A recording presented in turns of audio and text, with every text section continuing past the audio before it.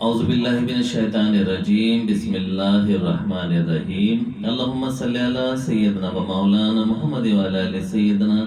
و مولانا محمد وبارک وسلم علیہ۔ تمام عشاق رسول صلی اللہ علیہ وسلم کو اعجاز خالق قادری ویسی کی جانب سے السلام علیکم ورحمۃ اللہ وبرکاتہ۔ تمام یوٹیوب چینل میرا دیکھنے والوں کو خوش آمدید، اور اس یقین اور اس محبت کے ساتھ، اس دعا کے ساتھ ایک اچھا پیغام، اچھی بات لے کر آپ کے سامنے حاضر خدمت ہوا ہوں کہ اللہ رب العزت اسے قبول فرمائے اور اسے ہمارے لیے نجات کا ذریعہ بنا دے۔ جس طرح پہلے بھی مختلف موضوعات کے ساتھ آپ کے سامنے حاضر خدمت ہوا ہوں، آج بھی ایک اچھے پیغام کے ساتھ آیا ہوں، لیکن اس کا طریقہ کار تھوڑا سا مختلف ہے۔ وجہ اس کی یہ ہے کہ آپ لوگ جانتے ہیں کہ آج کل حالات کے پیش نظر جو لاک ڈاؤن ہوا ہے، اس کی وجہ سے سوشل میڈیا کا استعمال بھی بہت زیادہ بڑھ گیا ہے، تو اسی حوالے سے ہمارے پاس واٹس ایپ کی اپلیکیشنز جو ہے اس کے اوپر بے شمار پوسٹس اور بہت اچھے اچھے میسیجز آتے رہتے ہیں۔ تو میں نے اس دفعہ یہ سوچا کہ ہمارے پاس جو پیارے پیارے میسیجز اور مختلف چیزیں آتی رہی ہیں اور آ رہی ہیں، تو اس کو بھی اس انداز میں شیئر کیا جائے کہ میں اپنے انداز میں اس کو آپ کے سامنے پیش کر دوں، کیونکہ عموماً یہ ہوتا ہے کہ جب بہت ساری پوسٹس آتی ہیں تو اس کو پھر ڈیلیٹ کر دیتے ہیں، کیونکہ اتنی میموری ہوتی نہیں ہے بعض اوقات، تو وہ سارے میسیجز جو ہیں بعض اوقات ضائع ہو جاتے ہیں اور پھر وہ ہمارے ذہن سے اتر بھی جاتے ہیں۔ لیکن بہت پیاری پیاری باتیں ہوتی ہیں کہ جو کہ ظاہر ہے دینی حوالے سے بھی بہت پیارے پیارے میسیجز ہوتے ہیں، اصلاحی باتیں ہوتی ہیں، طنز و مزاح کے انداز میں بھی اصلاحی باتیں ہوا کرتی ہیں، کچھ سیاسی پہلو بھی ہوتے ہیں۔ بہرحال تو ایک موضوع ایسا تھا کہ جس کو میں نے خود بھی کچھ عرصے کے بعد انشاءاللہ تعالیٰ آپ کے سامنے پیش کرنا تھا، لیکن وہ اتفاق سے مجھے ہمارے گروپ جو سرور قادری سلسلے کا ایک گروپ بنا ہوا ہے، اس میں تعلیمات حضور غوث پاک رضی اللہ تعالیٰ عنہ اور حضور غوث پاک رضی اللہ تعالیٰ عنہ کے ساتھ ساتھ سلطان باہو رحمۃ اللہ علیہ اور مختلف بزرگان دین کے حوالے سے تعلیمات شیئر کی جاتی ہیں، اور ظاہر ہے کہ ہم مختلف سلاسل سے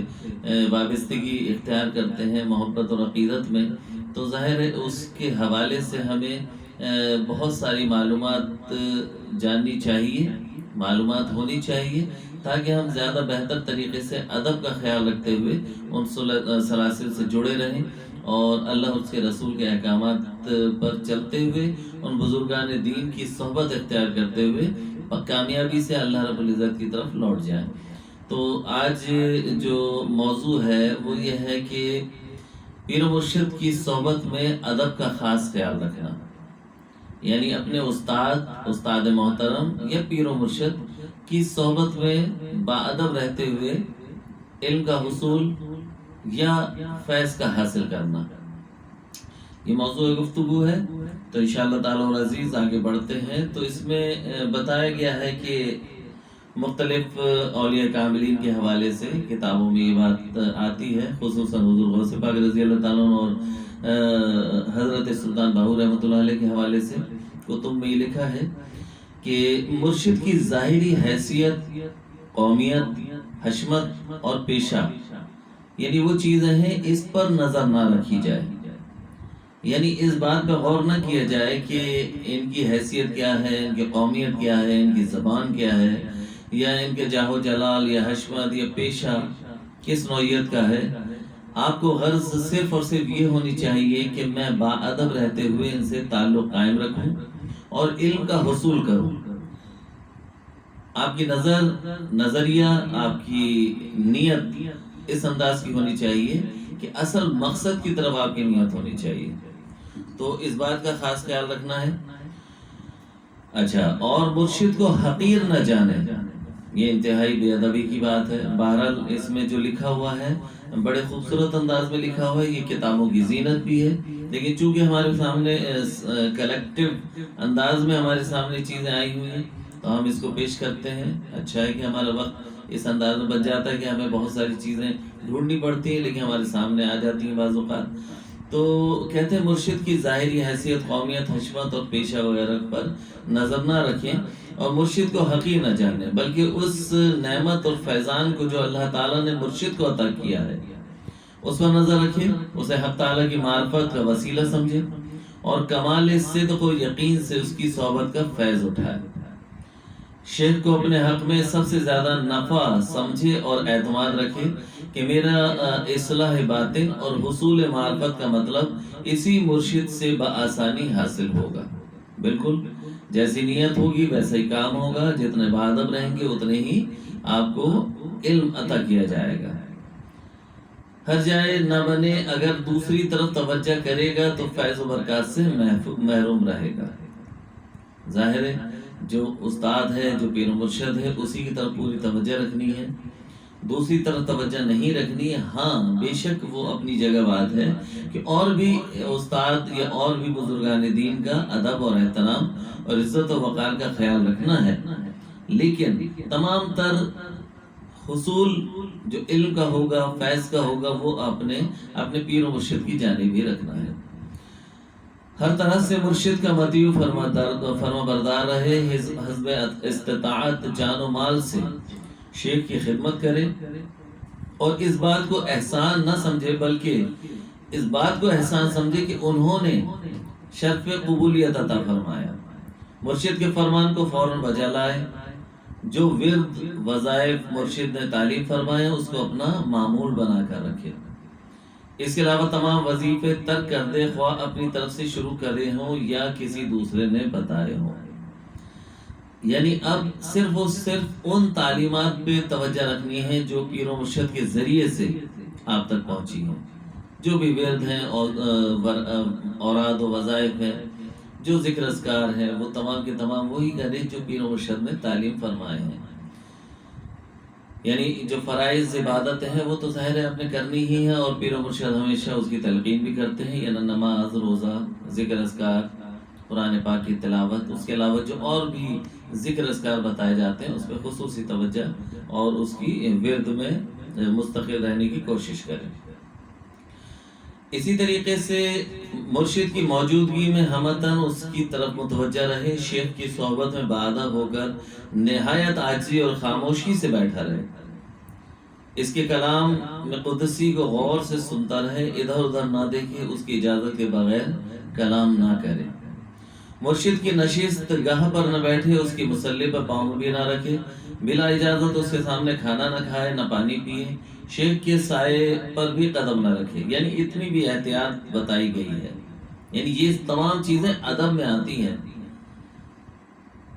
فی زمانہ بہت سارے لوگ اس بات پہ تنقید بھی کرتے رہتے ہیں، میں سنتا ہوں، مجھے پتا ہے، لیکن بہرحال باادب بانصیب، بے ادب بے نصیب، ہمیں کسی سے بحث نہیں کرنی، ہم نے کسی سے زبردستی اپنی بات کو نہیں منوانا ہے۔ ہاں یوں سمجھ لیجئے کہ آقا علیہ الصلوۃ والسلام کی بارگاہ میں صحابہ کرام کس طرح سے رہا کرتے تھے، وہی طریقہ کار بزرگان دین کے یہاں بھی ہوتا ہے، ان کے شاگردوں کے لیے بھی وہی اصول کاربند ہے۔ تو لہٰذا ہمیں کسی سے بحث نہیں کرنی، بلکہ اصل بات کی طرف رہنا چاہیے کہ مرشد کے یعنی شیخ کے سائے پہ بھی قدم نہ رکھے، حد الامکان اسی جگہ کھڑا نہ ہو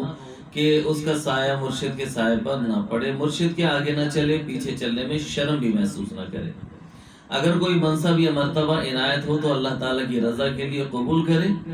دل میں کوئی دنیاوی خیال نہ لائے، جو فیض باطنی اسے پہنچے اسے مرشد کی طرف سے ہی سمجھے، یعنی طفیل سمجھے کہ میرے پیر و مرشد کی ہی طرف سے یہ مجھے حاصل ہوا ہے، یعنی اللہ رسول کی جو بھی کرم نوازی ہے، وہ آقا علیہ السلام کا جو بھی صدقہ وسیلہ ہے، وہ پیر و مرشد کے وسیلے سے ہی آپ تک پہنچا ہے، یہ ذریعے سے پہنچا ہے، اس بات کا خیال رکھیں۔ اچھا، جو فیض باطنی اسے پہنچے اسے مرشد کا طفیل سمجھے، اگرچہ کسی دوسرے بزرگ کو خواب یا مراقبے میں دیکھ لے، یعنی کسی اور بزرگ کو بھی دیکھ لے تو بھی یہی خیال کرے کہ میرے پیر و مرشد کی طرف سے ہی مجھے فیض حاصل ہو رہا ہے، اور مرشد کی قرابت داروں اور عزیزوں سے محبت رکھیں، اور اس کے دوستوں، محبوبوں اور اپنے پیر بھائیوں اور طالبوں کی رعایت کریں، اور جو ادب شیخ کے سامنے بجا لاتا ہے وہی پیچھے بھی بجا لائے، تاکہ اخلاص نصیب ہو۔ تو پیارے پیارے بھائیوں اور میرے پیارے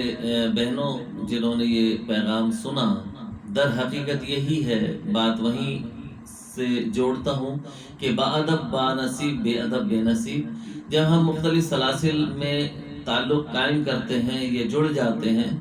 تو مقصد صرف اور صرف یہ ہوتا ہے کہ ہمیں اللہ اور اس کے رسول کی احکامات پر صحیح طریقے سے چلنا آ جائے اور ہماری رسائی اللہ کی بارگاہ تک ہو جائے۔ تو اللہ اللہ کرنے سے اللہ نہیں ملتا، بلکہ اللہ والے ہیں جو اللہ سے ملا دیا کرتے ہیں۔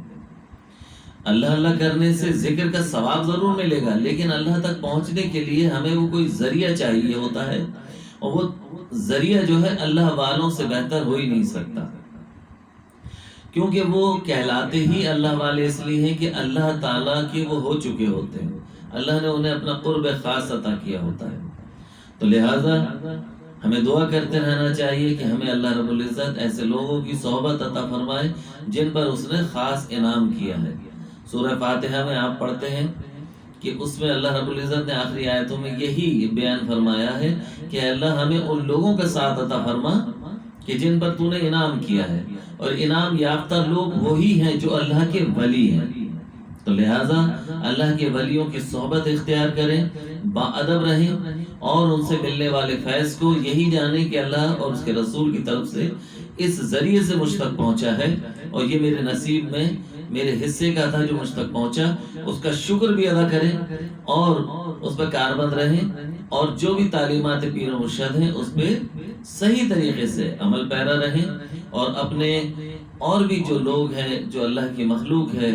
جو سلاسل سے وابستہ ہیں یا نہیں ہیں، ہر صورت میں ہمیں لوگوں کی خیر خواہی کرتے رہنا چاہیے۔ وآخر دعوانا ان الحمدللہ رب العالمین۔ بات اچھی لگے گی، یقیناً لگے گی، کیونکہ اچھی بات ہے، اس کو آگے پہنچائیے گا تاکہ اور لوگوں کی بھی اصلاح ہوتی رہے۔ اللہ تعالیٰ سے قبول منظور فرمائے، آمین بجاہ النبی الامین۔ اللہ رب العزت ہمیں اور آپ کو دین پر صحیح معنی میں چلنے کی توفیق عطا فرمائے،